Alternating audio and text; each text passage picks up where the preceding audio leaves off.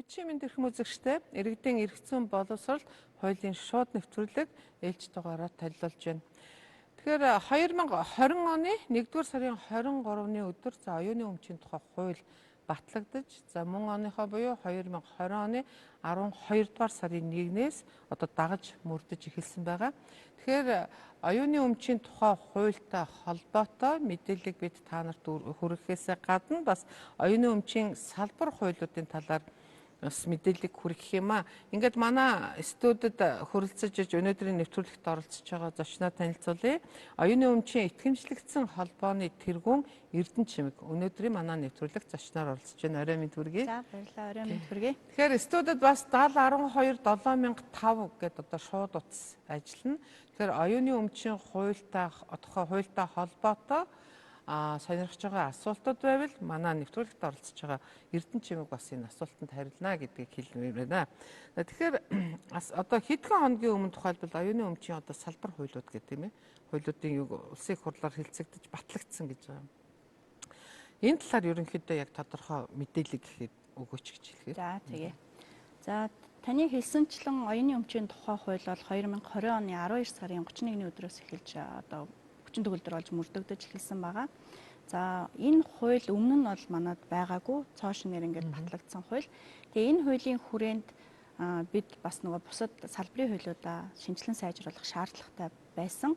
Тэгээд ингээд зохиогчийн эрхийн тухай хууль, барааны тэмдгийн тухай хууль болон патентын тухай хуульд нэмэлт өөрчлөлт оруулаад шинжилсэн найруулга хийж энэ гурван хууль маань ингээд батлагдаж гарсан байгаа. Тэгэхээр одоо бол оюуны өмчийн салбарт нийтдээ оюуны өмчийн тухай хууль, зохиогчийн эрхийн тухай хууль, патентын тухай хууль болон барааны тэмдэг газар зүйн залтын тухай хуулийг бид нийлүүлээд ингээд салбарын багц хууль гэж нэрлэхээр шийдвэрлсэн байгаа. Өмнө нь оюуны өмчийн тухай хууль гэж байхгүй байхад бол бид ийм гурван тустай хуулиар бол харилцаагаа зохицуулаад явжсэн. Одоо ингээ хоорондоо холбоотой нэг ийм багцуулаад оюуны өмчийн харилцааг зохицуулна гэсэн ийм шийдвэрт бол хүрсэн байгаа. Тэгээ эдгээр хуулиудтай нийцүүлээд бас 10 хэдэн журам батлагдах ёстой. Тэгээ журмууд нь бас ингээд эхнээсээ бас хүчин төгөлдөр болоод явж байгаа. Тухайлбал яг ийм олон улсын тийм практик туршлага байдгүй. Энэ яг ингээд оюуны өмчийн хуулиар тийм ээ зохицуулаад одоо ингээд багцлаад ингэж юг зохицуулаад явж идэг.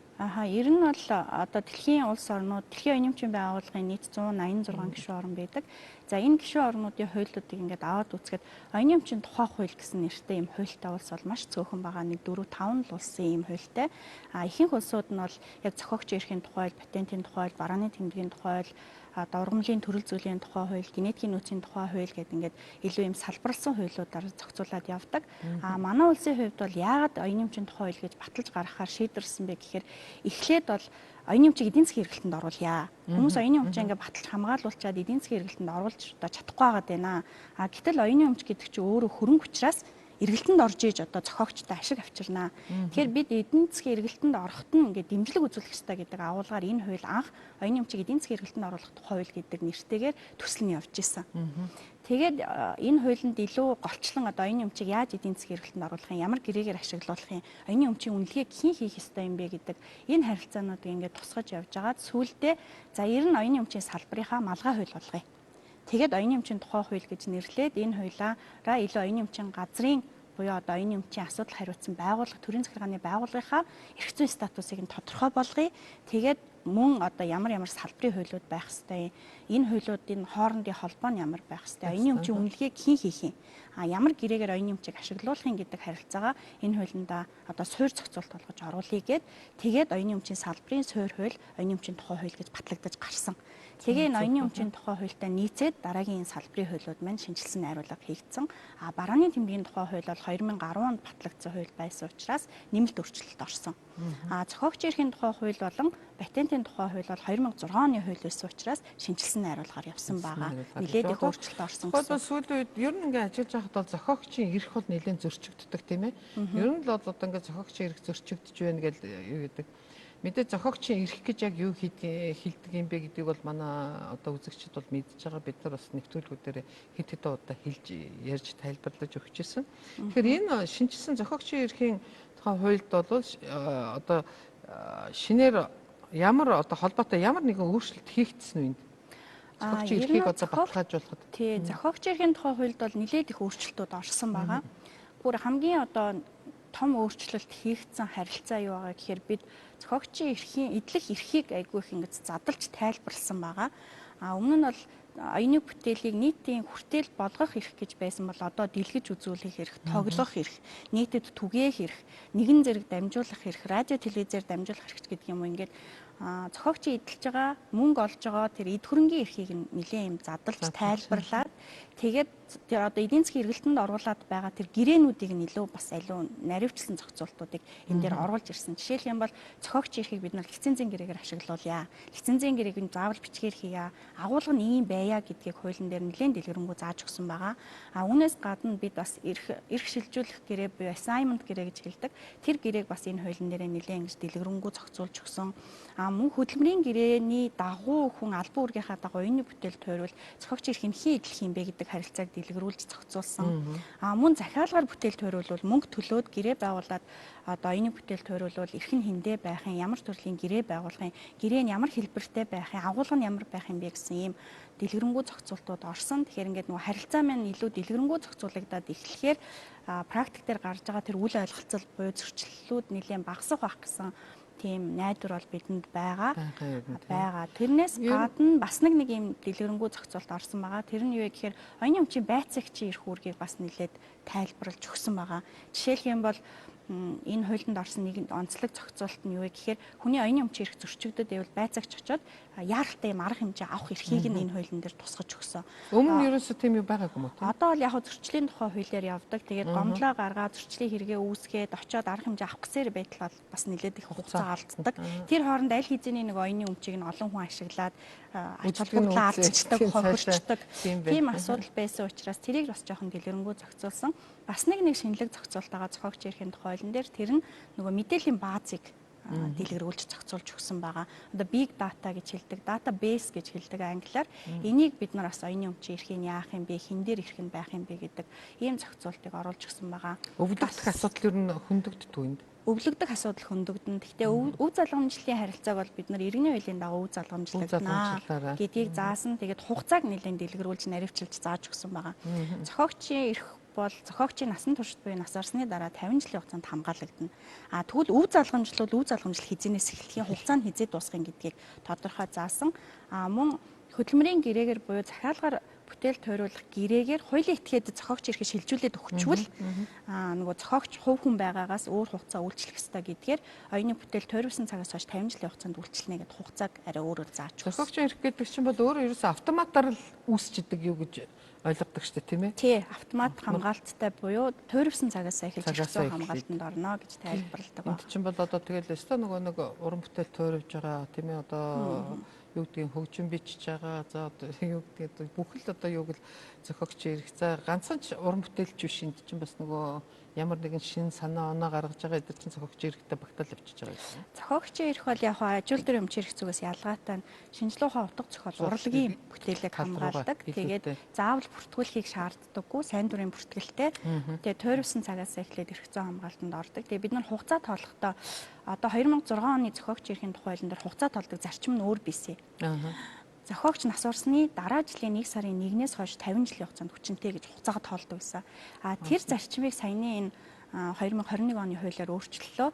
Ерөнхийдөө бол хугацааны хувьд өөрчлөлт ороогүй нэ тоолох зарчмыг өөрчилсөн. Тэрийг яаж өөрчилсөн бэ гэхээр сүүлчийн зохиогч нас хамтарсан бүтээлийн хувьд сүүлчийн зохиогч, нэг зохиогчтой бүтээлийн хувьд зохиогч нас орсон жилийн 50 дахь жилийн 12 сарын 31-нд хугацаанд дуусна гэд дуусах хугацааг зааж өгсөн. Өмнө нь болохоор эхлэх хугацаа заадаг байсан. Тэгэхээр хугацаан дээр бас нэг тийм тоолох зарчимд жоохон өөрчлөлт орсон гэсэн үг. Зохиогчийн эрх. За зохиогчийн эрхийг бол үндсэндээ яг бас хүмүүс ойлгодог л да. Зохиогч гэл тэгэхээр барааны тэмдгийн гэл. Одоо бас барааны тэмдэг гэдэг маань үйлдвэрлэгч нарт бол илүү их тодорхой тийм ээ. Илүү яг тэдний эрх ашиг бол үнэхээр яг хамгаалсан юм хууль тийм ээ. Барааны тэмдгийн гэхээр ялгаагүй бас өнөөдөр сүүлийн үеийн зах зээл дээр энэ эрх зөрчигдөж байгаа одоо тийм тохиолдлууд бол нилээдгүй байгаа шүү дээ. Бүр юу эрх зөрчигдөхдөө бүр хил дамнсан хүртэл тийм ээ. Бүр ингэж барааны тэмдгийн хуулийг зөрчиж байгаа юм юмуд бол зөндөө гарч байгаа. Тэгэхээр бас одоо тухайлбал яг энэ салбар хууль тийм ээ барааны тэмдгийн тухай энэ хуулиар ямар өөрчлөлтүүд оров? Ааха. Барааны тэмдгийн хуульд бол патентын тухай хууль болон зохиогч эрхийн тухайлтай харьцуулбал бага өөрчлөлт орсон. Тийм нэмэлт өөрчлөлт орсон. Нөгөө хоёр нь бол шинжилсэн найр үйлчлэгээр явж байгаа. Барааны тэмдгийн тухай хуулийн 5 дугаар зүйлээр барааны тэмдэг тавигдах шаардлагыг заадаг юм. Энэ 5 дугаар зүйлд заасан шаардлагад нийцж байгаа барааны тэмдэг хүчинтэй 5 дугаар зүйлийг зөрчиж бүртгэсэн байх юм бол өвчнгөө олгуулах шаардлага гаргах эрхтэй байдаг. Тэгээ 5 дугаар зүйл дээр нэмэлт тийм зохицуулт оруулж ирсэн. Тэр нь юу байгаа гэхээр шудраг бус өрсөлдөх замаар бусдын одоо олонд түгцсэн байгаа барааны тэмдгийг ижил буй төсөөтэй байдлаар бүртгүүлсэн, санаатгаар бүртгүүлсэн байх юм бол тэр барааны тэмдэг бол шаардлага хангахгүй, энийг бүртгэхгүй гэсэн юм зохицуултуудыг нэмж тусгасан байгаа. Тэгээ барааны тэмдэг дээр бас нэмэлтээр орж ирж байгаа нь процессын зохицуултууд нэлээд их нэмэлтээр орж ирсэн. Мэдүүлгээ яаж гаргах юм, ямар хугацааны дараа одоо бүртгэлт хийн, ямар хизээ эсэргүүцэл гарах юм. Эсэргүүцэл гарна гэдэг нь юу хэлж байгаа гэхээр нэг хүн барааны тэмдгийн мэдүүлэг гаргацсан байлаа. Тэгтэл манайхтай төстэй барааны тэмдгийг мэдүүлсэн байна гэдгийг нөгөө өмнө нь бүртгэлтэй барааны тэмдгийн эзэмшигч мэдэх юм бол манайхтай төстэй барааны тэмдэг бүртгэлтэхгээ явж байна. Энийг битгий бүртгэрээ гэд эсэргүүцэл гаргаж болдог. Тэг эсэргүүцэл хизээ гаргахын тэрэнд ямар хугацаанд хариу өгөх юм, ямар хугацааны дотор одоо урьдчилсан татгалзал гарах юм, урьдчилсан татгалзалд ямар хугацаанд одоо хариу тайлбар өгөх юм гэх мэтчлийн процессын зохицуултыг аюул тодорхой олгож өгсөн байгаа. Тэгэхээр илүү бас наривчлсан зохицуултууд тусгайлж өгсөн гэсэн байна гэсэн үг юм байна тийм ээ. Тухайлбал одоо юунд барааны тэмдэг гэхээр чинь нөгөө газар нутгийн газар зүйн заалт гэдээ бас тэнд ч орж явж байгаа шүү дээ. Газар зүйн заалт энэ хоёр чинь бол хамтдаа яваад байгаа юм тийм ээ. Барааны тэмдэг газар зүйн заалтын тухай хууль гэдэг нэр нь бол тийм байгаа. Тэгээ барааны тэмдгийг бол бид нар үйлдвэрлэгчид үйлдвэрлэл үйлчлэгээ эрхэлж байгаа хүмүүстээ бүртгэж хамгаалуулж байгаа. Газар зүйн заалтыг бол тодорхой нэг юм бүс нутагт байгаа хамтын тэмдгээр хвчлэн бол бүртгэдэг.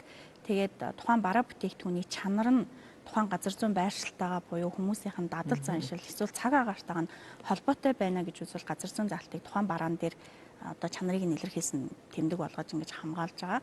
Тэгээ газар зүйн заалттай холбоотой зохицуултууд бас нэлээд дэлгэрэнгүй болж орж байгаа юм тийм. Одоо түрүүнсээ хэлж штэ яг ижил төстэй одоо тэмдэг юу гэдэг ингээд гомдол ирүүлгээл ингээд ярьж штэ тий. Тэгээ энэс чи үүдээд ингээд бодож явах тохиолдол оюуны өмчийн салбарын одоо мэрэгжлийн одоо оролцогч гэж байдгийм үү тийм ээ. Ер нь энэ оюуны өмчийн салбарт ямар хүмүүс яг ажилтдаг. Ингээд өөрийн чинь ярианаас сонсоход тийм ээ. Яг тэднийг харахад тэр хүмүүс шинжээч юм шиг. Ингээд мэдээж тэд нар чи одоо үнэхээр энэ барааны тэмдэг төр ч юм уу зохиогч хэрэгтэй тэд нар чинь үнэхээр одоо яг л шинжиж тийм ээ.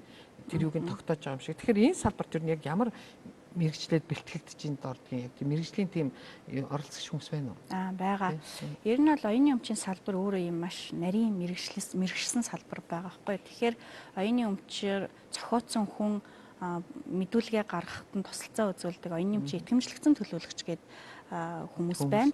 Энэ хүмүүс бол тусгай зөвшөөрөлтэй. Тусгай зөвшөөрлийг нь оюуны өмчийн газраас олгодог. Тэгээд тусгай зөвшөөрөлтөө яг энэ салбарт одоо зохиогч эрх эзэмшигчдийн иргэдийн эрхийг хамгаалах зорилготой юм мэрэгшсэн хүмүүс ажиллаж байгаа. Тэгээд энэ хүмүүсийн нэгдлийг бид нар оюуны өмчийн итгэмжлэгдсэн төлөөлөгчтэй холбоо гэж нэрлэж байна. Холбоо бол тэгтээ гишүүдтэй үйлчилдэг, итгэмжлэгдсэн төлөөлөгч нартай үйлчилдэг ийм байгууллага байгаа. Нэгүгээр хэлбэл одоо яг юм итгэмжлэгдсэн төлөөлөгчийг авахын тулд үндсэндээ одоо холбоонд хандаж тэндээс бол тэр төлөөлөгч авч болно гэсэн үг тийм ээ. Тэр хүн маань тухайн хүнийхээ одоо эрх ашигын төлөөлөл одоо явах нь шүү дээ.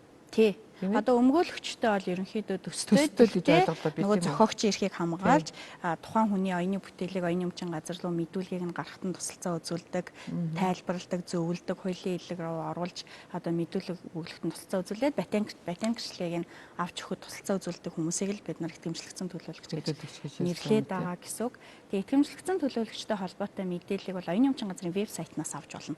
Оюуны өмчийн газрын вебсайт руу орвол оюуны өмчийн итгэмжлэгдсэн төлөөлөгч нар гэж жагсаалт байгаа. Тэндээс дуртай итгэмжлэгдсэн төлөөлөгчөө сонгоод үйлчлүүлэх боломжтой. Мөн оюуны өмчийн итгэмжлэгдсэн төлөөлөгчтэй холбоо AMIPA гэдэг. AMIPA-гийн вебсайт руу ороод тэндээс бас мэдээлэл авах бүрэн боломжтой байгаа. Тэгэхээр би үзэгчдээс хэлсэн тийм ээ. Манай шууд нэвтрүүлэгт 7012/7005 гэсэн утас ажиллаж байгаа. Тэгэхээр оюуны өмчийн тухай хуультай, за мөн зохиогчийн эрх, за патентын тухай хууль, барааны тэмдэг, газар зүйн тэмдгийн заалтын тухай хуулийн талаар бас сонирхож байгаа асуултууд байвал асуултаа бол асууж болно гэж. Тэгэхээр үзэгчтэй холбогдъё. За одоохондоо бол холбогдоогүй юм байна. Тэгвэл итгэмжлэгдсэн төлөөлөгч гэж ялаа. Ер үндсэндээ бол ингээ харахад бол ер нь бараг л өмгөөлөгч л гэсэн үг юм байна. Тий, яг Одоо хуулийн мэрэгчлэлтэй хүмүүс итгэмжлэгцэн төлөөлөгчөөр бас ажилладаг. Дээр нь инженерүүд нэлээд их байдаг итгэмжлэгцэн төлөөлөгчөөр. Жишээлх юм бол одоо мэрэгжил мэрэгчлэрээ патент авах гэж байгаа шинэ бүтээл зохион бүтээсэн ашигтай загвар зохион бүтээсэн хүн дээр бол нөгөө инженерүүд нь илүү ойлгож тэр бүтээлийг нь мэдүүлэхэд нь тусалцаа үзүүлдэг. Мөн одоо химийн салбарт оюуны бүтээл шинээр зохиогдлоо, шинэ бүтээл гарлаа гэж бодоход илүү тэр салбарын хүн байвал тусалцаа үзүүлэхдээ аягүй сайн байдаг. Тэгэхээр заавал хуульч байхыг бол шаардахгүй. Дээд боловсралтай оюуны өмчийн салбарт 3 жил ажилласан хүн байвал энэ шалгаруултанд нь орох боломжтой. Тэгээ сонгон шалгаруултандаа тэнцсэн хүнд тусгай зөвшөөрөл олгоод явдаг байгаа. Одоо оюуны өмчийн талаар тийм ээ яг ингээд зөвлөгөө өгдөг яг тийм мэрэгжлийн байгууллага оюуны өмчийн газраас гадна өөр юу байдгүй. Оюуны өмчийн газар бол өөрөөсөө яг нөгөө төрийн нэрийн өмнөөс бүртгэж хамгаалж байгаа төрийн байгууллага. Бид нар болохоор илүү нөгөө нэг иргэдэд эрх зүйн тусалцаа үзүүлж байгаа мэдүүлгээ бөглөхт нь оюуны өмчөө яаж хамгаалах вэ гэдэгт эрх зүйн тусалцаа үзүүлж байгаа хүмүүсийг итгэмжлэгцэн төлөөлөгчд гэж байгаа. Тэгээд одоо сая оюуны өмчийн тухай хууль батлагдаж гарсантай холбоотойгоор 2 буюу түүнээс дээш итгэмжлэгцэн төлөөлөгч нэгдээд оюуны өмчийн хуулийн этгээд байгуулж болно. Тэр нь хөрлийн хэлбэртэй байж болно. Хязгаарлагдмал хариуцлагатай компани хэлбэрээр байж болно. Тэгээд 2 буюу түүнээс дэш итгэмжлэгцэн төлөөлөгч нэгдээд байгуулсан хуулийн этгээдийг оюуны өмчийн салбарт ажиллах хуулийн этгээд гээд оюуны өмчийн газар дээр бүртгэе гэж шийдвэрлэсэн байгаа. Тэгэхээр одоо оюуны өмчийн тийм тусгай мэргэшсэн хуулийн этгээдүүд оюуны өмчийн газарт бүртгэгдэнэ. Мөн дээр нь оюуны өмчийн зуучлалын үйлчилгээг оюуны өмчийн тухай хуулиар шинээр оруулж ирсэн. Одоо жишээлх юм бол зохиогч өөрийнхөө бүтээлийг эдийн засгийн хэрэглэлтэнд оруулж чадахгүй байгаад байвал зуучлагч өгдөг тийм хуулийн этгээд байж болно, хувь хүн байж болно. Ийм хүмүүс бас оюуны өмчийн газар бүртгүүлэх ёстой байгаа. Тэгээд тийм хуулийн этгээд бас хүсэлтээ өгөөд бид нар зуучлалын үйлчилгээ явуулъя гэдэг оюуны өмчийн газар бүртгүүлэх ёстой болсон байгаа шинэ хуулиараа. Энэ бол бас нэлээд шинэлэг ажил. За үзэгчтэй холбогдъё. Үзэгчээс асуулт сонсъё. Байна уу? Байна сайн байна уу. Энэ оюуны өмчийн талаар мэдээлэл юм асуух юм ийм л авах гэсэн.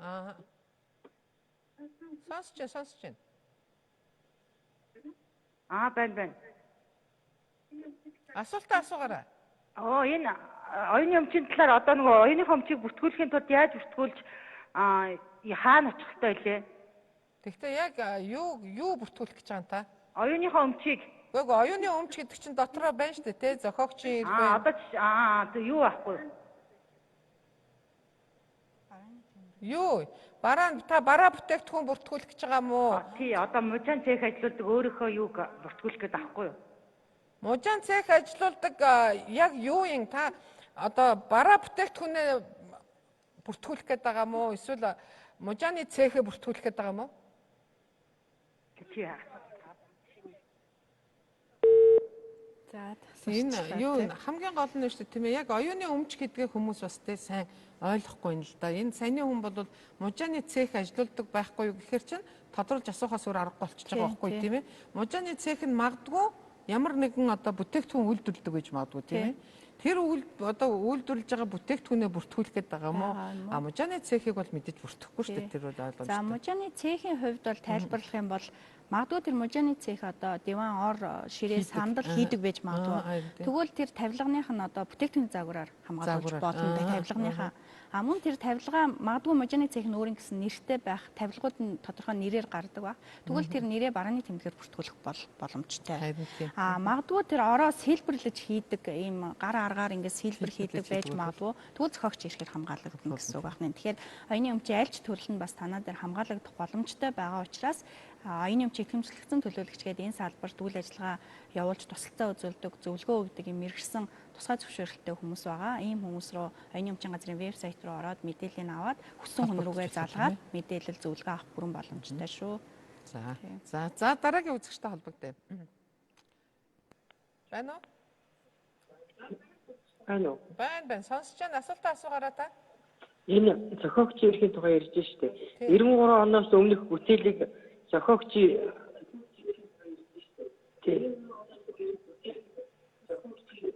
батентлахгүй гэдээсэн тэр хэвээрээ юу?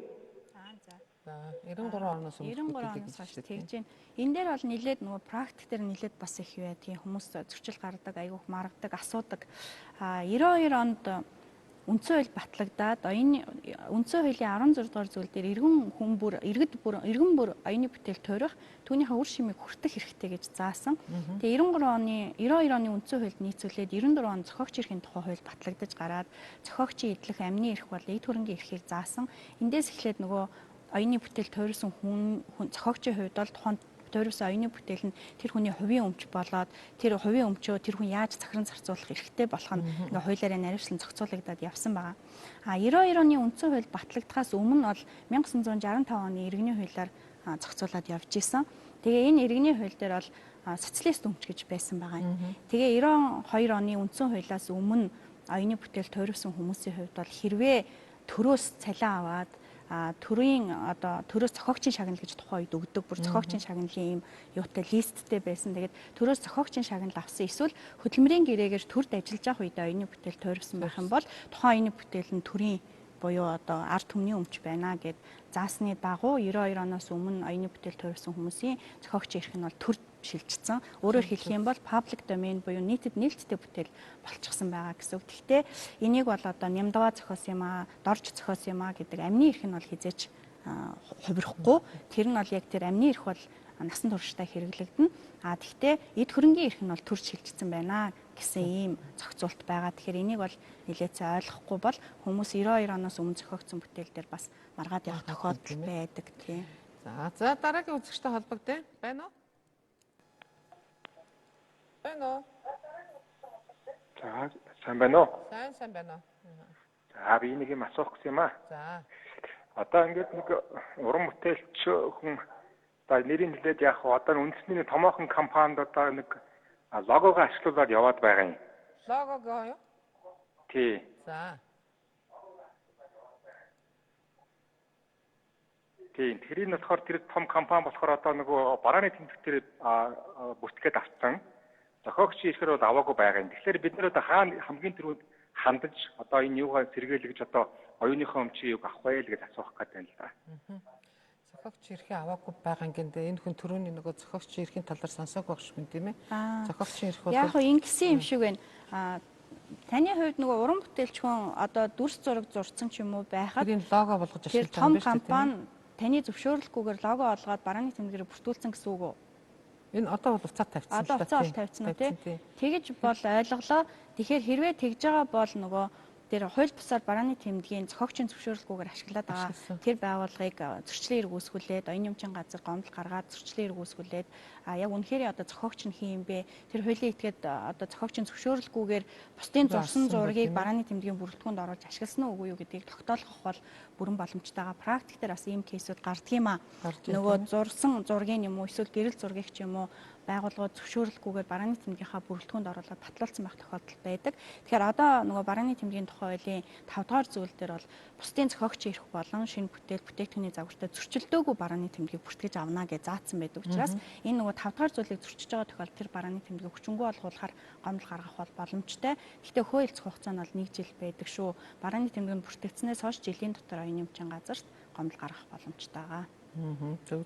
Одоо гадаадд тохиолбол манай монголчууд байна шүү дээ тийм ээ. Бас ингээл тодорхой хэмжээгээр яг л оюуны өмч бүртгүүлэх гэсэн тийм хүсэлтэй эдгээр хүмүүс. Ер нь энэ гадаадд байгаа одоо өөрсдийнхөө иргэдэд ер нь ямар зөвлөгөө өгөх вэ? Гадаадд байгаа хүмүүс Монголд бүтээлээ хамгаалвал яг гэвэл бас бүрэн боломжтой итгэмжлэгдсэн төлөөлөгчөөрөө дамжуулаад хамгаалагдана. Ер нь бол манай хуулийн дагуу яадгийн Монгол хүн оюуны өмчийн газар мэдүүлгээ гаргахдаа өөрөө гаргаж олно, итгэмжлэгдсэн төлөөлөгчөөрч дамжуулж болно. Тэр нь бол эрхэн нээлттэй байдаг.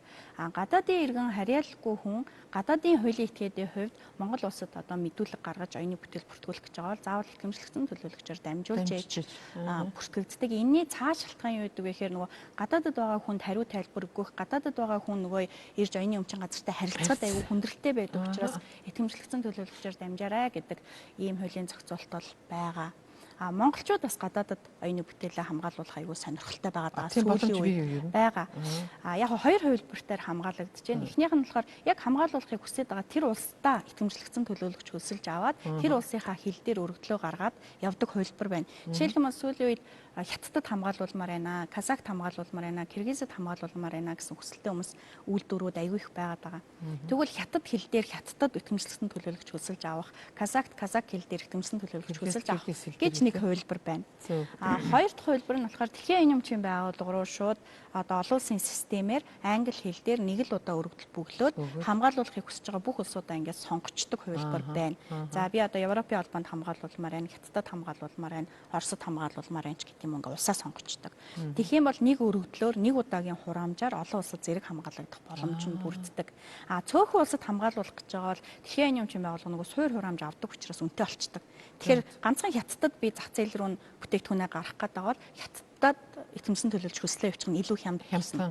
Хямдханаас гадна тэр нь ч амар юм тийм юм байна. Олон улс зэрэг нэлээд улсад хамгаалуулах гэж байгаа бол дэлхийн оюун эмчийн байгууллагын тэр системээрээ хамгаалуулсан дээр манад 3 олон улсын систем байгаа бүртгэлийн. Патент хамгаалуулах гэж байгаа бол PCT систем гэдэг байдаг. Patent Cooperation Treaty гэж барааны тэмдэг хамгаалуулах гэж байгаа бол Мадридын системээр хамгаалуулдаг. Бүтээгдэхүүний загвар бүртгүүлж хамгаалуулах гэж байгаа бол Гагийн системээр хамгаалуулдаг байгаа. Зохиогчийн эрх бол глобал шүү дээ, тий. Дэлхийн нийтэд хамгаалагдсан бүртгэл сайн дурын учраас зохиогчийн эрх дээр бол ийм систем байхгүй. Ер нь бол тэгтээ одоо яг энэ эрхээ яаж оюуны өмчийн эрхийг яаж хамгаалуулах вэ гэдэг дээр бас хүн болгон тодорхой хэмжээний бүр мэдлэгтэй бүр зайлшгүй байх шаардлагатай болж тарж байгаа. Сая өөрөө хэллээ шүү дээ, тийм ээ, патентных бол яах вэ, тийм барааны тэмдэг бол яах вэ? Ямар юугаар хамгаалуулах уу гэд. Ингээдлийн чин гагих гэдэг ингээд олон улсын юмнууд тус тусдаа гараад ирж шүү дээ, тийм. Тэгэхээр энийг зөвхөн хамгийн их хялбар нь гэл тэгэхэд юу гэхээр тухайн орондоо хандж л одоо тухайн орны хил дээр итгэмжлэгдсэн төлөөлөгч байгаа бол тэр барааныхаа тэмдгийг юм уу эсвэл патенттэй юм уу те хамгаалуулах нь хамгийн одоо дөмөг арга юм аа гэж. Энэ бол гэхдээ яг кейсээсээ өөр явна. Нэг үйлчлүүлэгч байсан. Тэрний хувьд бол юу яасан? Эхлээд өөрөө Хятадд итгэмжлэгдсэн төлөөлөгч хүслээд Хятадд бүртгүүлсэн. Америкт итгэмжлэгдсэн төлөөлөгч хүслээд бүртгүүлсэн байсан. Тэгээд дараа нь Европын холбоонд бүртгүүлэхдээ олон улсын системээр хандъя гэдгсэн чинь хэрвээ өмнө нь Хятад Америк хоёрт бүртгүүлээгүйсэн бол Хятад Америк Европын холбоогоо сонгосон бол 70% хөнгөлөлт идэх боломж байсан. Америк орчвол. Тэгтэл нөгөө Америкт өмнө бүртгүүлсэн дан Европын холбоо сонгоход бол дараа нь айгүй төлбөр нь үнэтэй гарч ирж байсан ийм тохиолдол бол байгаа. Тэгэхээр эхнээсээ л бас зөвлөгөөгөө аваад зөв явуучвал зүгээр. Анхнаасаа олон улсын зах зээл дээр гарах зорилготой байгаа бол аль системээр явах нь зүйтэй вэ гэдгээ тооцоолж үзчихэж гаргахгүй бол хүн хүнээс кейсээс хамаарал өөр гарна. Одоо тухайлбал манай зарим нэгэн бараа бүтээгдэхүүн чинь бол олон улсын зах зээлд гарчаад байгаа шүү дээ. Апогих тийм ээ одоо юу гэдэг гових байна одоо юунууд гарчаад байгаа шүү дээ. Эдгээр маань одоо жишээлбэл бодвол бас л яг тухайн орныхоо юугаар л хамгаалуулаад явж байгаа. Дэлхийн эмчийн байгууллагаар бүртгэгдсэн байдаг. Бид нар яг бас нөгөө итгэмжлэгдсэн төлөөлөгчийн үйл ажиллагаа явуулдаг учраас хайлт хийгээд сонирхоод хайлт хийгээд үзэхээр говь апо эднэр бол дэлхийн эмчийн байгууллагаар дамжуулж бүртгүүлсэн буюу олон улсад зэрэг хамгаалалт хийгдсэн байдаг. Зарим жижиг дунд бизнесүүд бол яг дэлхийн эмчийн байгууллага руу хандхаасаа өмнө эхлээд давын өмнө хөрш орнуудад хамгаалуулъя гэд Хятадд, Оросд, Казахт, Киргизэд хамгаалт хийх тохиолдол байдаг. Тэгж жагаад Европ руу, Япон, Солонгосыг сонгох тохиолдолдоо дэлхийн эмчийн байгууллага руу хандаж болдог гэсэн үг. Нэвтрүүлэг дуусах чинь би ганцхан нэг юм асууж идэх. Монгол гэр гэдэг чинь үндсэндээ бол манай Монголын л одоо үндэсний юу шүү дээ. Тэгэхэд одоо энэ тэмдгүү Европын орнуудад яг манай хэв маягийг дуурайгаад байшин маягаар бариад одоо ингээд дээ шүү дээ. Энэнийг одоо яг хөө энийг манахаа гэд бид нар одоо өмчөө хамгаалах уу эсвэл одоо ястай яг ийм хэв маягтай дизайнтай юмаа гэд дуугаас авах уу? Энэ бол яг нэг уламжлалт мэдлэг байгаа байхгүй тий. Ардын урлагийн бүтээл уламжлалт мэдлэгийг зохиогч эрхээр хамгаалахгүй гэд бид нар зохиогч эрхийн тухай хуулиндаа заасан. Тэгээ энэний шалтгаан юу гэдэг вэ гэхээр бид нар түрүүн хугацаа ярьж шүү дээ. Зохиогчийн насан туршид буюу нас барсны дараа 50 жилийн хугацаанд хамгаалагддаг. Зохиогч нь тодорхой байж зохиогчоос нь зөвшөөрөл авч ашигладаг. Тэр хүнд мөнгө төлдөг. Тэгэхээр энэ шаардлагуудыг хангадаггүй учраас ардын урлагийн бүтээлийг бид нар зохиогч эрхийн тухай хуулиар хамгаалах боломжгүй. Тусдаа хууль гарах ёстой байдаг. Одоо яг буурай хөгжилтэй буюу хөгжиж яваа орнуудын туршлагаас харахад уламжлалт мэдлэгийг хамгаалах тухай хууль гэдэг хууль байгаад тэр хуулиндаа тэр ардын урлагийн бүтээл болон уламжлалт мэдлэгээ хамгаалаад явдаг. Бид бас энэ дараагийн ардын урлагийн бүтээлийг хамгаалуулах шаардлагатай байна гэдгийг бол мэдж байгаа. Энэ соёлын үеийн тухай хуулиар зохицуулагдаж болно. Эсвэл уламжлалт мэдлэгийн тухай хуулиар тусдаа хууль гараад хамгаалуулах тэр дараагийн алхмыг бол бас хийхээр ярьж болно. Хийхээр ярьж байгаа. Маш нарийн байд юм байна. Тэгэхээр тэгвэл яг дараагийн удаа бид хэдүүлээ. Одоо соёлын өвөө тийм ээ яаж хамгаалах вэ? Энд бол хууль хэрэгтэй байна гэдгийг бол ойлгож авч мэдж авлаа. Ингээд өнөөдрийн нэвтрүүлэгт бид нар бол оюуны өмчийн тухай хуультай холбоотойгоор за салбар хуулиуд гэдэг ингээд үндсэндээ бол ингээд товчхон яриад явчлаа. Дараа бол бас яг иргэдтэй зориулаад нэг хуулиар нь бол ярьж бас дэлгэрүүлж ингэж мэдээлэл өгч болох юм байна гэдэг. Өнөөдөр манай нэвтрүүлэг төрж оролцсон одоо мэдээлэлээ хуваалцсанд маш их баярлалаа гэж хэлэх байна. Ингээд өнөөдрийнхөө нэвтрүүлгийг үүгээр өндөрлөж байна. Эх 7 хоногийн 5 гарагт эргээд уулзъя. Баяртай ирэх үзэгчтэй. Баярлалаа. За.